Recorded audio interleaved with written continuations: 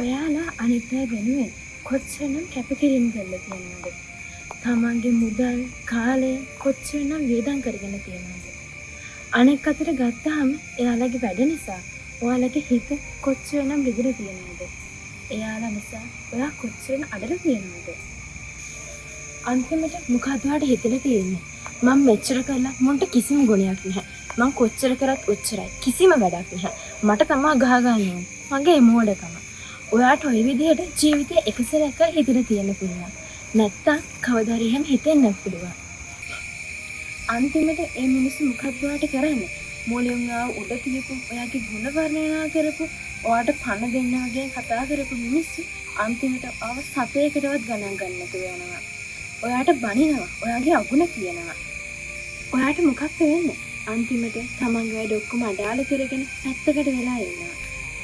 ඒ වගේම තමයි සමහර වෙලාවට තමන්ගේ ජීවිතේ පවා නැති කරගන්න හිතනවා. එහෙම වෙච්ච අය ඕන් තරම් මේ සමාජයේ ඉන්නවා. ඔයාගේ ධනය, බලය, නිලය, තනතුරු මේ සියල්ලම ඔයාගෙන් ගැලවිලා යන දවසට ඔයාගේ වටේ ඉඳන් ඔයාට උදව් කරපු ඔයත් එක්කම එකට හැමෝම ඔයාව දාලා යනවා. ඔයාව ගණන් ගන්න නැති ගන්න දෙනවා. හැබැයි දෙන්නෙක් ඇරෙනවා. ඒ තමයි අපේ අම්මයි තාත්තයි.